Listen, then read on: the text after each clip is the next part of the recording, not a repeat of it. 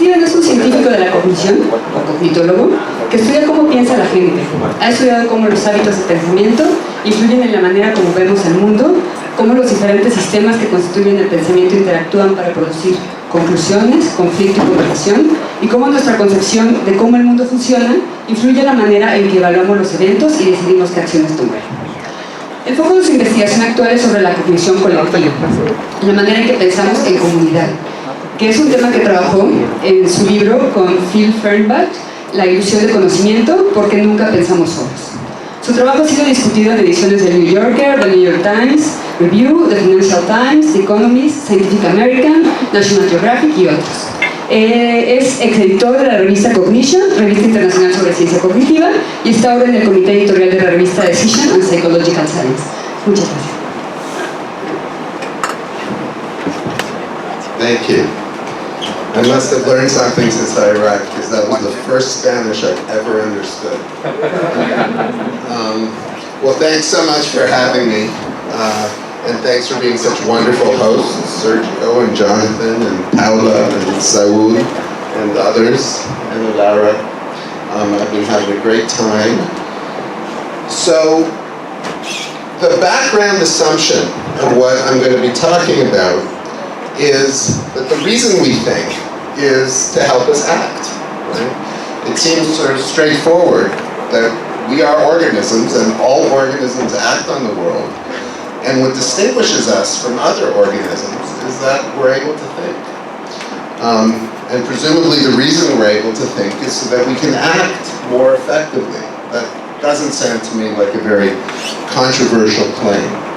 And if you think about what we do in the world, like cooking, you can't really separate the thinking from the action, right? They're really one and the same. So, what this implies to me about the nature of thought is that it's there to figure out what the effect of our actions will be. In other words, thinking is mostly a process of causal reasoning. The way I would say it is that causality serves as the infrastructure for human thought. Okay, so that might make you believe that we're really good causal reasoners. So let's ask that question. Are we? Oops. So here's a study done by Rebecca Lawson at the University of Liverpool. And what she did was she gave people this image and she asked them to complete the bicycle. Where do the pedals go? Where does the chain go? What would make this a real working bicycle? So it's actually an interesting puzzle to pose to yourself, because I'm sure you all have some experience with bicycles, right? It's a harder task than it seems. Here's the kind of responses she got. Someone put the chain up there, which would make this bicycle not very effective, right? This person got the chain in the right place, but the pedals have nothing to do with it. These people are, I don't know, as old as you and I. These are Liverpool residents. The original pool was University of Liverpool students, so college students. But as you'll see, well, I'll just tell you now, that she got pretty much the same results when she asked members of a local bicycle club, who every week go out bicycling and fix their own bikes. So this one got both wrong. I like this one.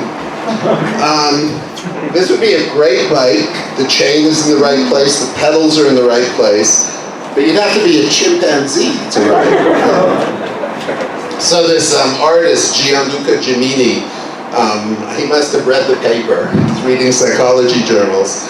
His friends are better artists, so he had his friends draw bicycles, and then he created these 3D images of the bicycles that his friends created. And you can see this is a very cool bike, as long as you don't have to turn, right? Okay, so what's the point? The point is that even on this very easy task involving a causal mechanism which is entirely visible, people are really bad at knowing how it works. So this has been demonstrated more systematically in the laboratory by Leon Rosenblit and Frank Kyle. They took a bunch of everyday objects like speedometers, sewing machines, also helicopters, ballpoint pens, zippers, toilets, and they said, how well do you understand how these things work? And people, especially men, thought that they understood how these things work, right? So on 1 to 7 scale, the average rating was in the midpoint, in the middle of the scale. And then they said, okay, how does it work? Explain in as much detail as you can what the causal mechanism that makes each of these things work. And when people tried, they found that they had nothing to say. So when they were again asked, how well do you understand how this thing works, their judgments were significantly lower. This is a very robust effect. We've shown this many times in the laboratory. Simply asking people for a causal explanation punctures their illusion of understanding so that they realize they don't understand as well as they thought they did. This is true in politics too. So in 1906, Maurice Switzer was aware of this. He said on understanding, it's better to remain silent at the risk of being thought a fool than to talk and remove all doubt of it. Which makes you wonder why politics today is so polarized, right? Because if people are so ignorant, then you think they wouldn't have such strong feelings about things. Bertrand Russell's claim was that that's exactly why politics is so polarized, because we don't know what we're talking about. So the way he said it, the whole problem with the world is that fools and fanatics are always so certain of themselves, and wiser people so full of doubts. So we showed this experimentally in the laboratory using the same procedure as Rosenblit and Kyle. So we took some issues that were very hot in the 2012 presidential election in the US. Should there be a national flat tax? Should there be cap and trade policy for energy trading? Should there be unilateral sanctions on Iran? And we asked people how well they understood the policy, and then we asked them to explain the consequences of the policy. And then again, we asked them for their understanding. And just like Rosenblit and Kyle, we found that the attempt to provide a causal explanation made people realize that they just didn't know, that they didn't understand the issues, what the effects of implementing those issues would be. And not only that, but we also asked them both before and after explanation how strongly they felt about the issue, what their attitude was, and how much confidence they had in their attitude. And what we found was by puncturing their illusion of understanding, we also punctured their confidence. So as a group, they depolarized. They moved towards the middle, simply by asking for a causal explanation. Asking for reasons didn't have this effect. So if we said, why do you have the attitudes that you do? That, it didn't increase their sense of understanding or the extremity of their position, but it didn't decrease it either. So these are very different tasks, causal explanation and reason generation. And it, This is really interesting, so I'm curious, how did you ask, exactly what did you ask people to say? How does a national flat tax work, or what? So we gave them, we described the issue in a sentence or two, and then we said, now list in as much detail as you possibly can all the effects this policy would have and all of the consequences of those effects. So we really put a gun to their head and said, we want a full, complete causal explanation. And in the reason generation task, we said, please generate as many reasons as you possibly can about why you feel the way you do about this issue. Okay, so the lesson is that people aren't storage devices. You can, in America, you can buy a thumb drive like this for about $10. What's that? Like 200 pesos, something like that. And it can hold a few 100,000 copies of this book that I wrote with Phil Fernandez. According to Tom Landauer, a cognitive scientist who's now deceased, unfortunately, he did some back-of-the-envelope calculations. He calculated that the capacity of the human brain for symbolic information is about 1 gigabyte. That is 1/16th of what this thing can hold.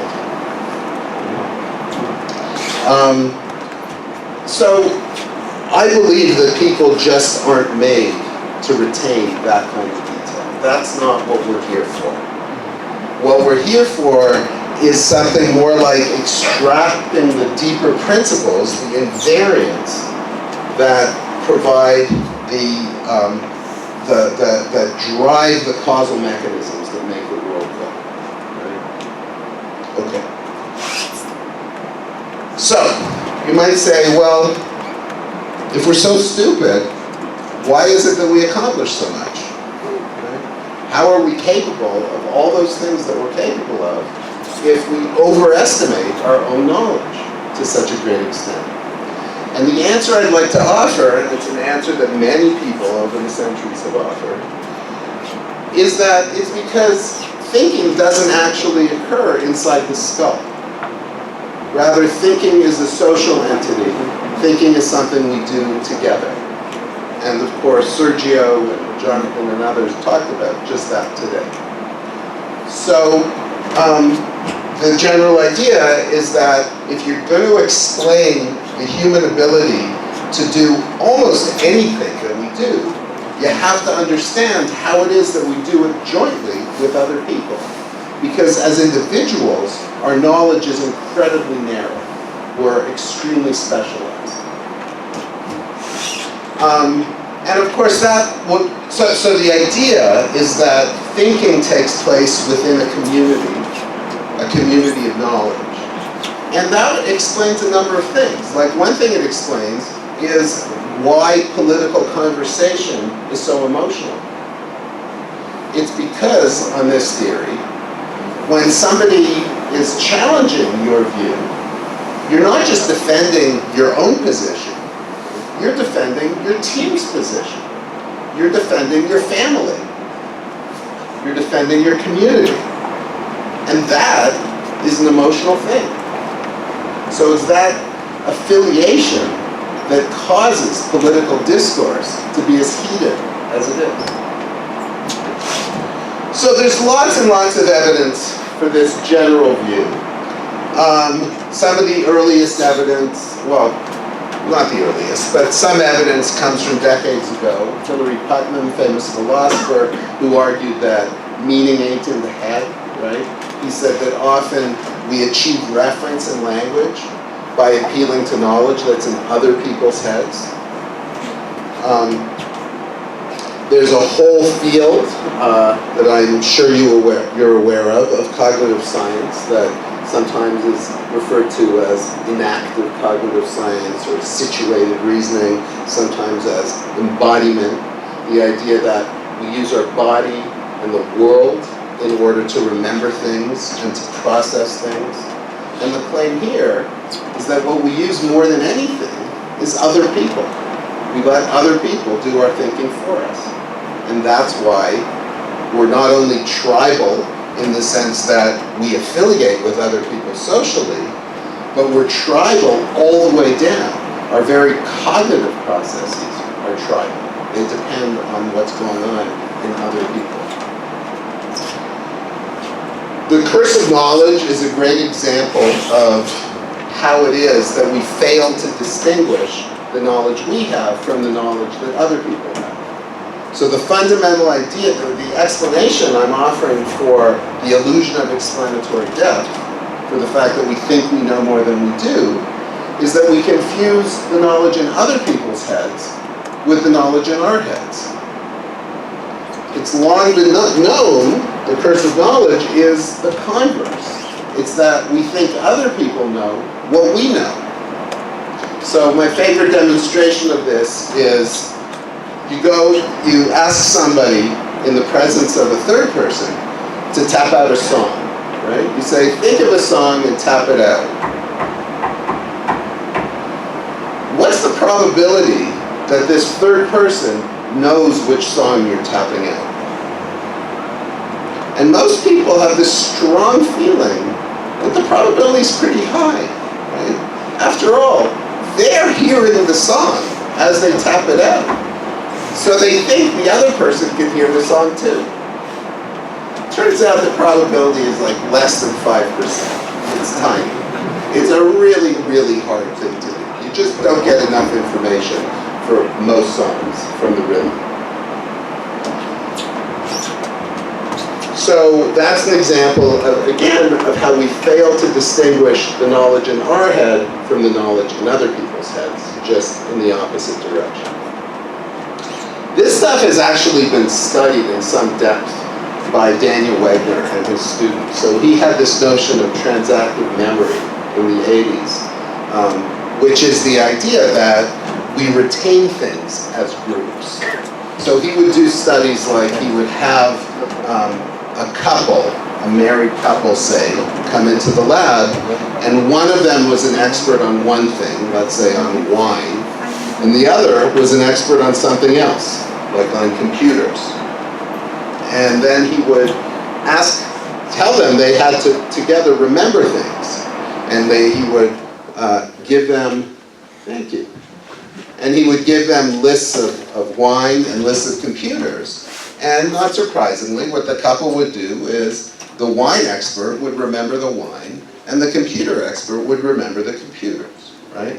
So we just naturally distribute information across a community in a way that aids memory. And we retrieve information in the same way. So these guys have actually worked this out in some detail. They have detailed theories of encoding and of retrieval that describe how we do it as a group. So the focus here is on collaboration, right? One sense in which we live in a community of knowledge, in which the mind is a social entity, is that we're constantly collaborating. Just like we as a group are now collaborating in order to learn something about cognition. But there's another sense in which we live in a community. Oh, sorry. So before I tell you the other sense, let me give you this great example that Mike Tomasello sent me, showing one of the properties that's peculiar, that seems to be peculiar to human beings, that is necessary in order to collaborate effectively within a community of knowledge. You might have to do this at the computer. So, this kid and his mother have never seen this guy before. The guy just walks into the room with these books and does what he's doing, and watch what happens next. It's magic. It's completely spontaneous. Now just wait, the best part's coming. See how he looks him in the eye? That's an amazing feat, what that kid just did. It's an absolutely amazing feat. No other animal can do that. No machine can do that. He just figured out what that guy walking into the room with those books wanted. And he joined him, and together they solved the problem. Right? They shared their intentionality. So this is the peculiar property of human beings, Mike Tomasello argues, that allows us to live in a community of knowledge. Okay, but there's another aspect to the shared mind, to the social mind, that I think is at least as important. And that is that we outsource our cognitive work to other people. So we don't just do it all as groups, but we actually often do it without knowing who else is doing it. We give it to other people to do without knowing who we're giving it to. So, we say things like, they landed on the moon, or we landed on the moon. Well, I didn't land on the moon, right? And in fact, I have no idea who landed on the moon. I could name one or two people if I racked my brain. But when I say we, I'm referring to a community. And at least in English, I can't speak for Spanish, but in English, we use that kind of construction all the time. So here's an experiment I ran with Mark Louis, who's in Barcelona, to demonstrate this kind of thing at work. So one group of subjects, we told, a group of congressmen began drafting a bill to spend more money on highways. Policy researchers examine their plan, but they do not yet understand the impact it will have, okay? So we say, here's this policy. We're not telling you very much about it. Policy researchers don't understand the impact it will have. Their current model has not been designed to explain this policy. How well do you understand the policy? There's kind of a right answer here, right? Not very well. I mean, I haven't told you anything about it. So half the subjects are told that. The other half are told exactly the same amount about the policy. A group of congressmen began drafting a bill to spend more money on highways. In this case, policy researchers examine their plan and they fully understand the impact it will have. Their financial model provides a full explanation of its effects. So these other people fully understand. How well do you understand? So presumably, the answer should be the same in both cases, right? Well, it's not. So when the policy researchers understand, then people feel they understand a little bit more than when policy researchers don't understand. And not only that, but they actually feel more positively about the policy, about the issue, than when policy researchers don't understand.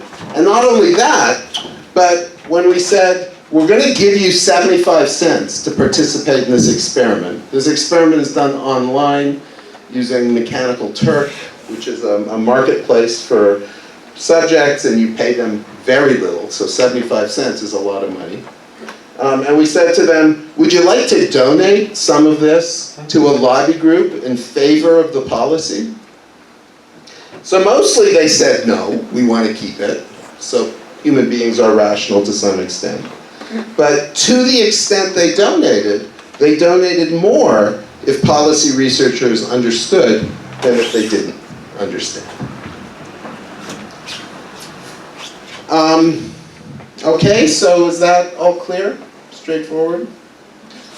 I've replicated this effect with someone in India, Sumitavi Mukherjee, using a very different pair of scenarios. So in this case, in the community does not understand case, we said the government's thinking about introducing nudges to change behavior, and we explained what we meant a little bit by nudges. Experts do not yet understand how emotions change behavior.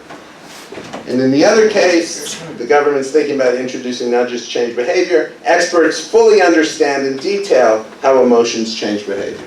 So again, other people don't understand, or other people do understand. How well do you understand the effect of emotions on behavior? And again, if the community understands, in this case, if the experts understand, people had a higher sense of understanding than if the other researchers didn't understand. And not only that, but when we said, are you willing to write about how you think emotions change behavior? People were more willing to write if they were in the condition in which the experts understood than if they were in the other condition. And if they did write, then they wrote more words on average if the community understood than if the community did not understand. So this is a very robust effect. Again, we've demonstrated it many times. The idea is that people get this sense of understanding, knowing that others understand, because generally it's just as good to have other people understand. Like, I didn't care how to get to Cuernavaca this morning or yesterday because Sergio knew how to get here. I didn't have to know, right? So his understanding was perfectly fine. It was all I needed in order to achieve my goal. But that's only true if I can access the knowledge, right? If I can't access the knowledge, then I shouldn't get that bump in understanding. The person with the knowledge has to be a member of my community. So in this study, done with Nat Rabb, we tell people about this scientific phenomenon. So it's a rock that glows in the dark. And again, we do the usual thing of having a group in which the scientists don't understand how it works, and we have a group in which the scientists do understand how it works. But we also have a group, so in all cases we say, these scientists work for the Defense Research Agency, DARPA, the US Defense Research Agency. And in the secret case, we say, these guys, the scientists understand, but they've classified the information. It's a secret, because they work for the Defense Agency, right? So it's justified that they would have to keep it a secret. So subjects no longer have access to the knowledge. They can't look it up in scientific journals. What happens to their sense of understanding? Well, this is when the scientists do understand and the information is public. This is when scientists don't understand. This is when the information is secret. So their sense of understanding went down to statistically the same level as it was when the scientists didn't understand, suggesting that you need to access the information in order to get this bump of understanding. Okay. So this is kind of scary in a way, right? Because it suggests that sometimes the reason citizens think they understand a situation or the value of a candidate or a party or a political position isn't because they have any real understanding, but because they think the people around them have an understanding. But sometimes the people around them only have a sense of understanding because the people around them have a sense of understanding. And they only have a sense, because you see where we're going, right? It's a house of cards. You can have a community which in which everyone has a sense of understanding because they think everyone else, or because everyone else does have a sense of understanding, even though there's no true understanding.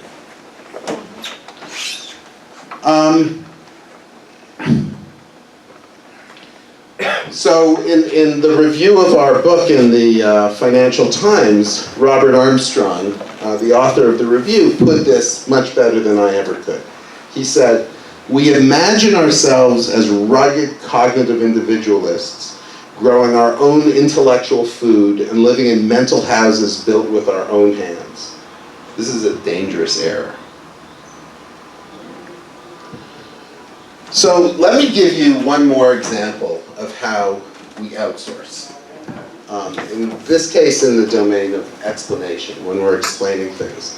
So Baba Kematian is my graduate student, and he gave people scenarios. This is just one of many examples.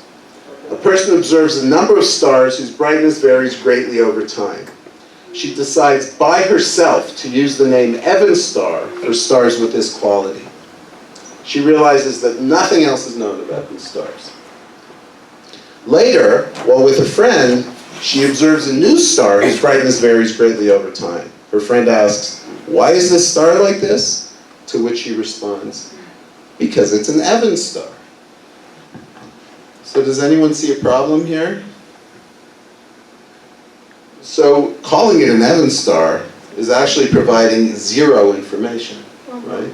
It's a completely circular explanation. So what we ask people is, to what extent has the friend answered the question?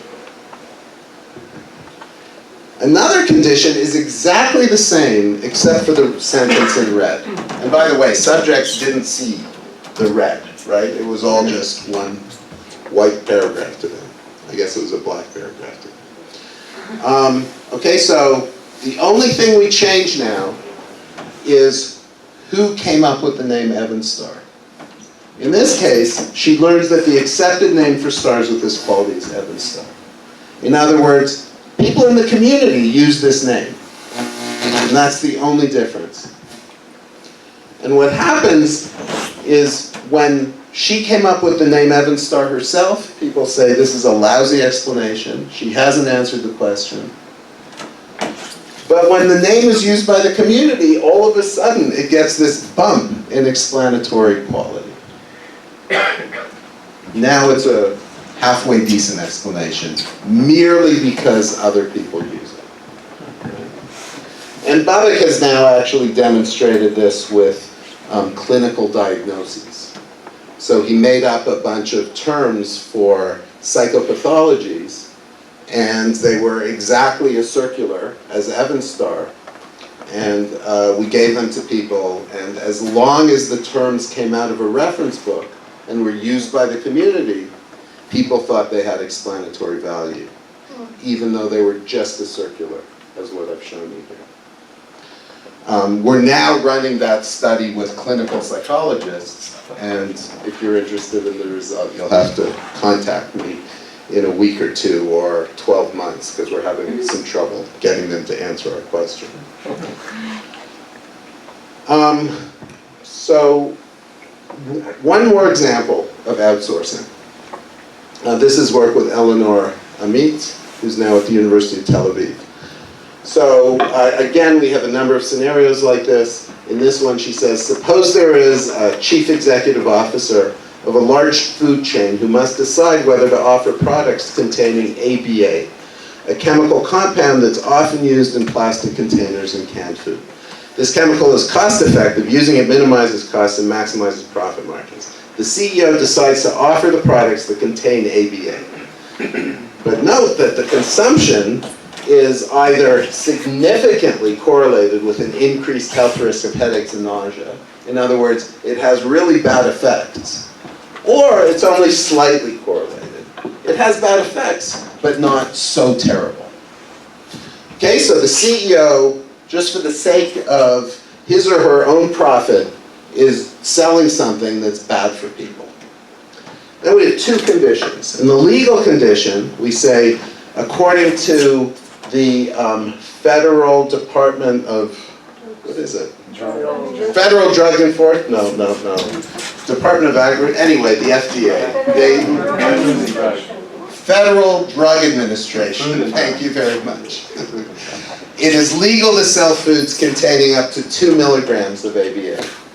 And in the illegal condition, we say, according to the FDA, it's not legal to sell anything more than 1.5 milligrams of ABA. And then we tell people that the CEO decides to offer products with 1.75 milligrams of ABA. In other words, in the legal condition, what he's doing is legal, and in the illegal condition, what he or she is doing is illegal. So we're varying the impact, small or large, and we're varying whether it's legal or illegal. And what we have found in multiple experiments, so this is just to show you that we've replicated this result many times, just look at one of them, is that whether the impact is small or large has no effect. It doesn't influence people at all. We do have a study where the difference in impact is enormous, and then it does show a small effect. But in this and most of our studies, there's zero effect of impact, but a huge effect of legality. I'm sorry, I didn't even tell you what people are judging. People are judging how morally permissible or how morally acceptable the CEO's action was. So what this is showing is that people's judgments of morality depend on legality more than they depend on impact. It's not surprising that what's legal would be determined by what's moral. One would expect that. This is showing just the opposite, that what's moral is governed by what's legal. Okay, so actually we want to run that study. It's in the grant proposal, but the grant was rejected. So. So why should this be the case? At least in the States, why should this be the case? Why should people care so much about legality? And our answer is that they're outsourcing the problem to lawmakers. Judging morality is a tough problem, right? There's lots and lots of considerations when you make a judgment of morality. So why not just let someone else make the judgment for you? And presumably, someone did by determining whether it's legal or illegal. So in general, the outsourcing hypothesis is that when you ask people to make a difficult judgment, what we do is we avoid it, right? And instead we outsource it to others to the extent that we can. How much time do I have left? 10 minutes, 5 minutes? Yes, have 6 minutes for your 40 minutes, if you can take 10 minutes. Okay, so let me quickly describe this study, and maybe I'll skip the next set of slides. So to demonstrate, or to try to demonstrate, that in fact what's happening in this kind of situation is that people are outsourcing, what we did was we gave them another community that they could outsource to. It's very well known that, at least again in America, in the States, that people are driven by their political party's opinions, right? People's attitudes on policies are just incredibly well correlated with one another. Even policies that have nothing to do with each other, people's opinions are highly predictable because they just take the position that their party takes, that their political party takes. So what we did in this case is we generated a situation in which, on one hand, people could outsource to lawmakers, and on the other hand, they could outsource to their political party. So specifically, it's a pharmaceutical company that's producing opioids, and they have to decide whether, well, they did decide to accept Bitcoin as payment, an internet currency. But accepting Bitcoin means that this company's opioids could be sold on the black market. So a vast majority of Republican officials think that the pharmaceutical companies should be allowed to accept Bitcoin because it makes pharmaceuticals more universally available. The vast majority of Democratic officials think the companies should not be allowed to accept Bitcoin because it would make opioids too easy to access. And this was counterbalanced. Sometimes it's the Democrats who think that it should be legal and the Republicans who think that it should be illegal. And then we also say it's either legal or illegal. So we're varying what the party says and we're varying what the lawmakers say.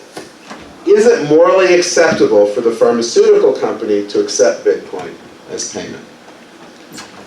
And what we found, so here people varied in the strength of their political opinion. So these are the people who are absolutely 100% Republican, and these are the people who are absolutely 100% Democrat, and these are the people who haven't decided where they stand. And this is when the Democrats support the action, think it should be okay, and this is when the Republicans do. And what you can see is the Democrats take their lead from the Democratic position, and the Republicans take their lead from the Republican position. Much less, right? Well, it's the difference that matters here, and the difference isn't so huge.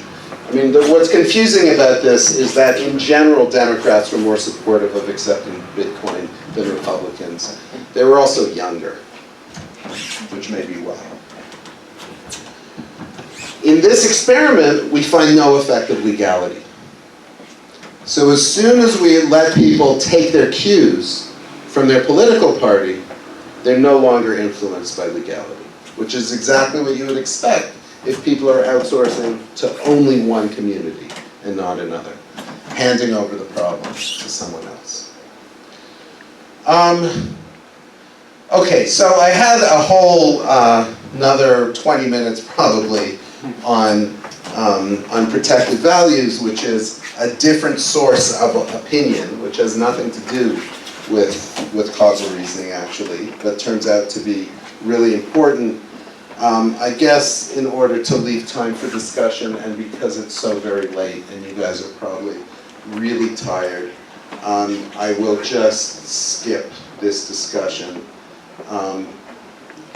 Basically, we predicted that when issues change opinion, they're going to change opinion because people are engaged in discourse about the effects of those issues, what we call consequentialist discourse, rather than discourse about their basic values, their underlying values about the issue. And we did this analysis of data from this huge website, Reddit. We ran a model called a latent Dirichlet analysis, or a topic model. And what we found actually was just sort of the opposite, that at the point at which the majority of Americans decided they preferred same-sex marriage, they thought same-sex marriage was okay, there's actually more conversation about basic values than about consequences, although conversation about consequences increased later.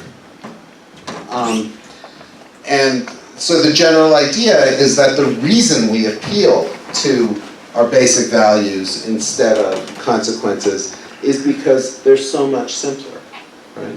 So if you ask a politician what the consequence of some policy about almost anything they're endorsing is, well, policies are complicated, and it's very hard to know exactly what the consequences are, and politicians spend their time doing things other than trying to understand those consequences. So generally, often what they do is retreat to a conversation about basic values, right? I believe this should be healthcare policy because I think everyone should have universal healthcare.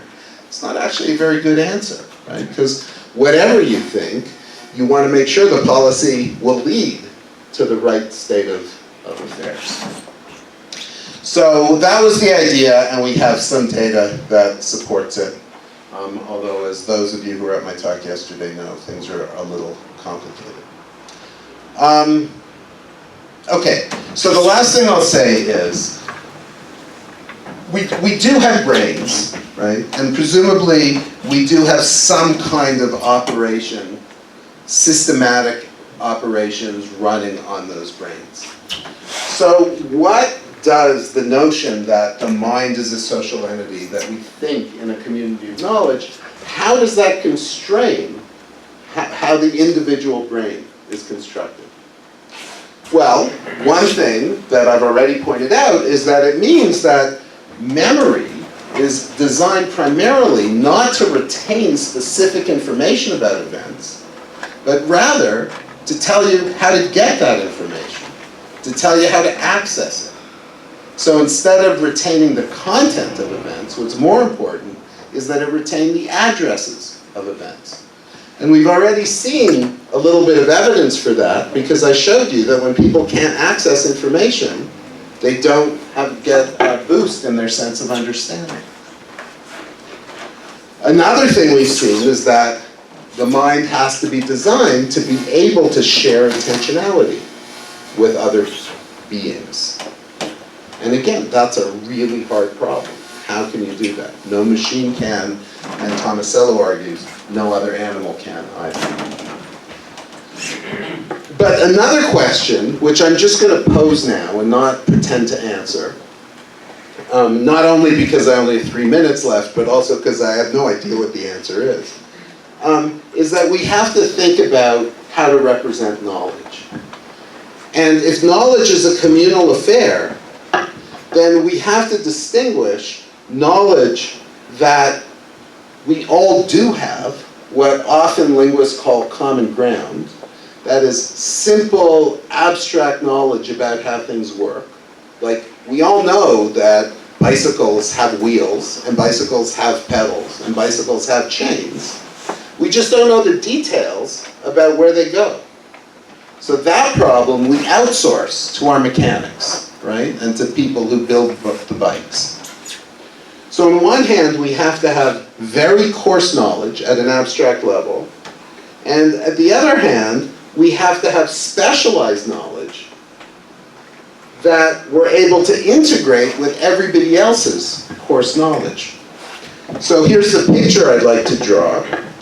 Imagine that you're like me and you believe that in anthropogenic climate change. You believe that the generation of carbon is actually changing the climate. Well, I believe that climate change is causing sea levels to rise. And I also believe that climate change is causing drought in certain parts of the world. But the truth is, not only do I really not understand this mechanism, actually I don't understand either of these mechanisms, I don't even really understand what climate change is, because that's a complicated thing, and you need a lot of expertise to really unpack that. In fact, you need a lot of expertise to understand what it means to say sea levels are rising. Because you can't just put a ruler in the ocean, right? There's a lot of ocean, and it's changing in different places at different times, and it's a complicated, so you need expertise there too. And similarly, here, you need expertise. So, expert knowledge really is going to look more like this. That is, climate change is this complicated entity that has causal relations within it. And sea level rise is this complicated entity that has causal relations within it. And so is drought. And the actual causal relations that are operative in the world are subtle, right? Like they're not actually between climate change and sea level rise. They're rather between aspects of climate change and aspects of sea level rise. Don't ask me, right? Because I'm not an expert on this.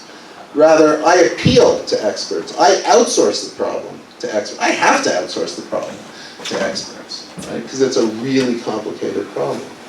So somehow the problem of cognitive science I take to be how it is, A, we can combine expert knowledge into a representation that explains everything, even though different pieces are in different people's heads.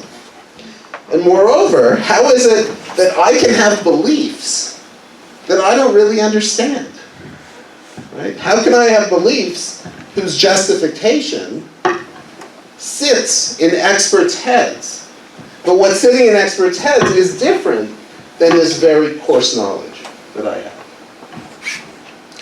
So there's a big problem about how to represent knowledge. Okay, so in conclusion, I think humility is appropriate. That is, we don't know very much. And it's important to remember, we think we know more than we do. We can enlighten people about how little they know by engaging in consequentialist discourse. That is, for instance, by asking them to causally explain what the effects of things are. That's very revealing, right? Because it's really hard to do. Finally, we're constantly outsourcing. We outsource our explanations. We outsource our metacognitive judgments about things like how well we understand things. We outsource our moral judgments. And therefore, the problem of knowledge representation is in large part a problem about how to represent a community's knowledge, not just what's inside our own individual heads. Thanks.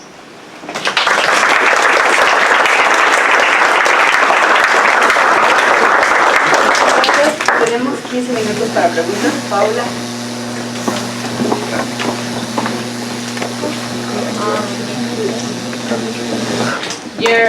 The evidence you're offering could be interpreted as why or how we outsource badly. So then, why trusting so much in the community of knowledge?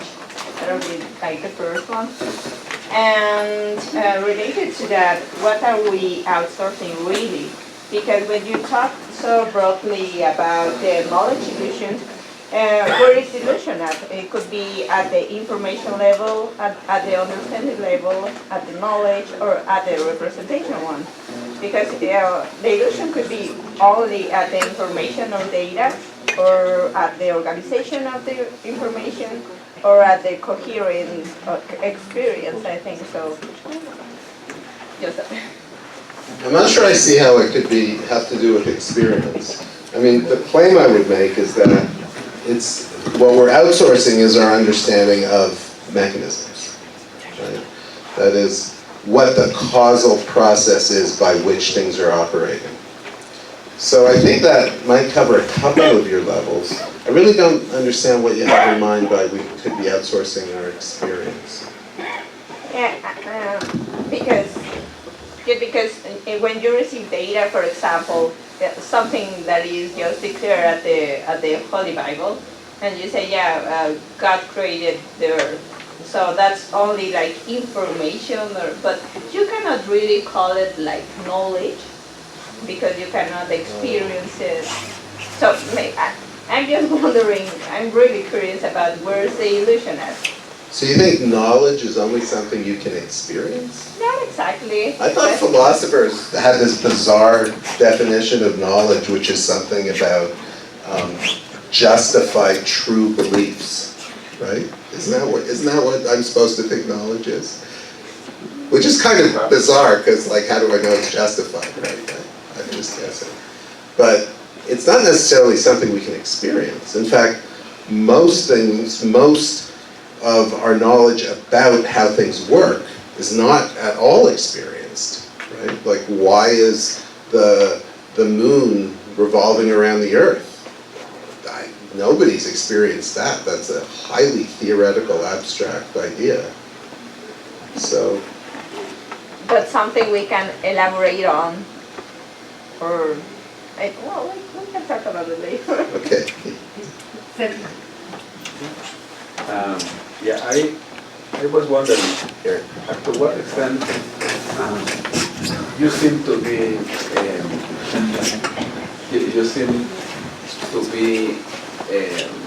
focusing your attention on causal understanding. And at least I would say there is a huge discussion in philosophy of science as to the extent to which scientific understanding is causal understanding. That there is understanding that is not causal. And at least for some people, for some philosophers of science or scientists, I mean, there is understanding that is not causal. And if that were the case, then the consequences or your experiments would not be the same. So you're definitely right about causal knowledge. Bertrand Russell, in fact, it's another claim to fame of his, that I think early in his career he claimed that scientific knowledge wasn't causal. But actually, didn't he change his mind later on? Oh yeah, but I am thinking now on more recent people like Philip Kitcher, people who think that, for example, explanation it gives understanding, but not necessarily causal understanding, for example. Yeah. Look, my feeling about it is scientists, and when I say scientists, I mean physicists, they don't publish anything about causality, right? So the title in science and nature articles never says A causes B, unless it's written by psychologists, because they do talk about causality all the time. But just because they don't publish causal models doesn't mean they don't think causally. And I would posit that, in fact, the everyday thinking of scientists, when scientists are doing science in the cafe, they're actually thinking causally. That would be my hypothesis. So I do think it's really important to distinguish normative knowledge we have that we are willing to justify on the basis of the most advanced, sophisticated beliefs from everyday reasoning. And I'm clearly talking about everyday reasoning. I'm not talking about the formal methods we have in order to justify beliefs. So I'm not even sure that the kind of scientific reasoning you're talking about is covered by what I'm saying. I mean, you're probably right that if we were talking about those like principles or mathematical equations, we probably wouldn't see the illusion of explanatory depth, because people know damn well they don't understand that stuff, right? So we're talking about things, we're talking about domains in which people have a sense that they can operate effectively. It's probably a precondition for the effect, actually.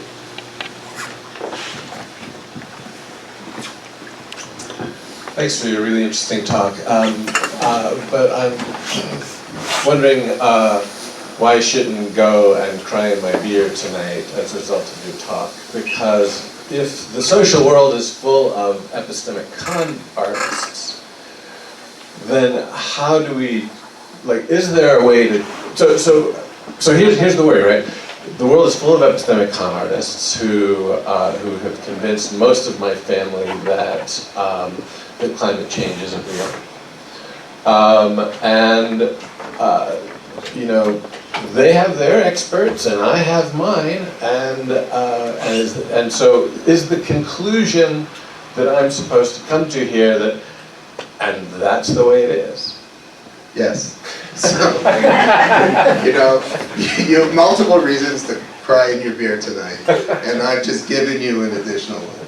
But look, this isn't news, right? I mean, we do know that there are differences of opinion, and there's no holy authority that we can all access, that we can all resolve our questions and all be convinced that that's the resolution.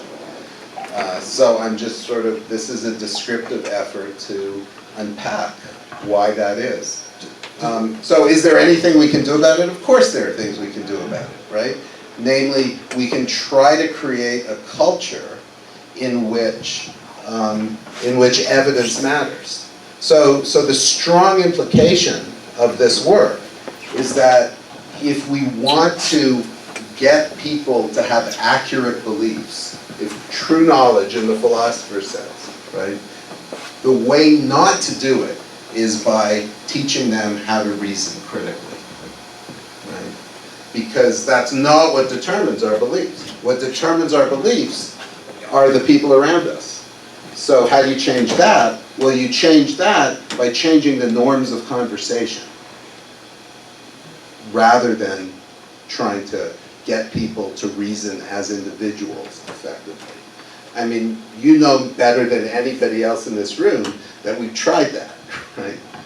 And I actually think the great successes in our civilization have come from the development of communities that have established norms in which people challenge one another, test one another, and make sure that what they're hearing is based in evidence.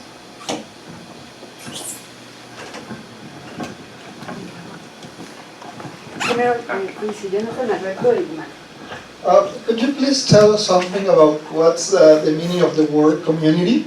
Because sometimes we are members like different communities. Like sometimes, like of course, I'm a Mexican. This is a community, but also I'm I don't know, like a philosopher. And sometimes these communities think like in a very different way. So, what's really a community, and what like sometimes those communities can have like different opinions, right?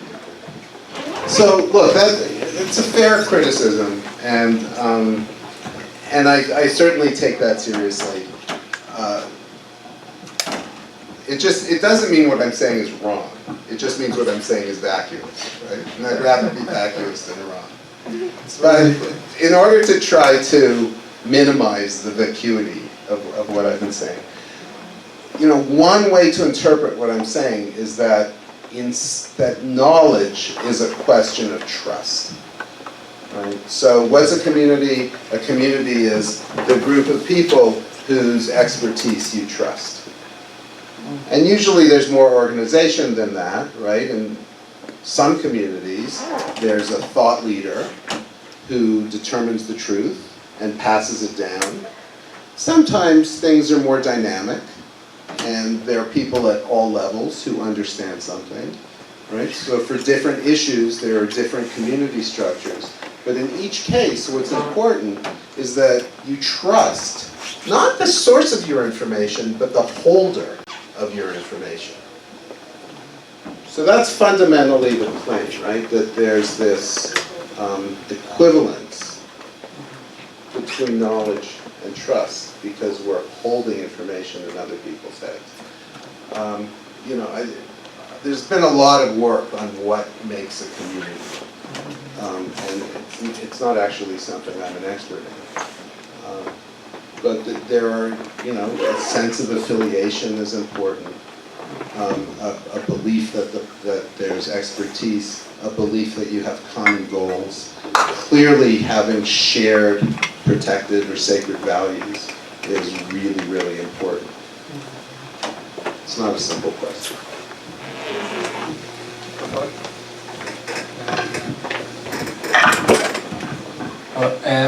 In your experiments, when subjects answer, how do you distinguish that it's really a sense of, or a feeling of understanding and not pretension, or that they are pretending they understand to comply to the community, for social compliance, and not to seem ignorant about knowledge, or not to seem with moral principles different than those of the rest of the community. So the question is that, how do you distinguish pretending between pretending and really feeling you understand, or you make a judgment? Right. It's an important question. Let me just say that it's not clear what pretending to understand would predict, right? So it's feeling like, I think I should know, the rest of the community knows about it. Yeah. I don't want to seem very ignorant, so... Yeah, I mean, so my friends who study this stuff, before they know the results of the study, when I tell them this is what we did, and I said, oh, you told them that experts understand? Well, then they're going to say they don't understand, because they're going to contrast themselves with experts. And in fact, there are effects like that, right? Craig Fox has an effect called comparative ignorance, in which you make a judgment and you're standing beside an expert who's making the judgment. And it lowers people's confidence. So that's just to say, it's not entirely obvious that self-presentation would cause you to give a higher judgment when experts do understand than when they don't. But more to the point, what we do is we ask people to bet on their knowledge. And in one study I didn't show you, what we find, people are more willing to bet when they think they understand than when they don't. So that's the more direct answer. Hi. I'm wondering how much you care about the metaphysics implied by what you say when you say the mind is social. Right? Is there just one big hive mind community, or do you care whether, when we say the mind is social, what we're really saying is our minds are adapted for living in communities where there is shared intentionality, right? So all there is individual minds, but that have all kinds of pointers to each other. Yeah, so look, I'm not going to get, I care, I certainly care. I'm not entirely sure what the answer is, and I'm fully aware that there are a lot of philosophers who are studying this stuff very carefully, right? There's social epistemologists who've tried to spell out how to interpret testimony as evidence. And it's a hard problem.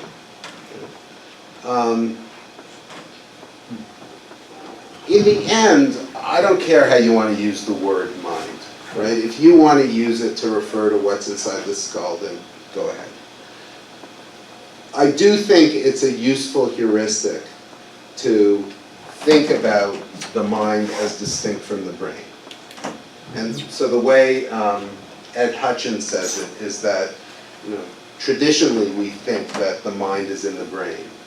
But in fact, if we think about how we process information, we depend on others always to do that. And he has run careful studies with Navy ships and with airplane cockpits to show that, in fact, the processing of information is done communally and also with physical objects in the environment. And I don't know how to define the mind other than as the thing that processes information. I'm sure there's some smart philosopher who can come up with some other definition, but that's kind of my working definition. The entity that's processing information. And in that case, it's the brain that's in the mind rather than vice versa.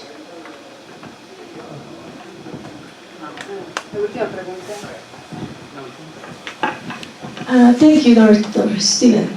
I wonder if you will say from your own conclusions that human beings are more interested in belonging or social identity rather than knowledge or understanding? Yeah, that's a great question, and I certainly think this work suggests that might be true. Do people care about truth? When I watch what's going on politically in the States, it's very hard to believe that at least everybody cares about truth. My intuition is that people care a lot more about the narrative they subscribe to than to the facts. I mean, there are obviously exceptions. I think many people become scientists because they really do care about truth. Although even such people, when they're faced with political dilemmas, sometimes it's the narrative that wins out.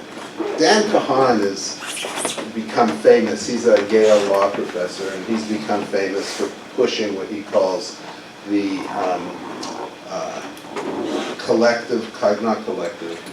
something like collective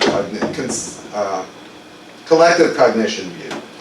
And his idea is that people care far more about being accepted by their friends than they care about telling the truth.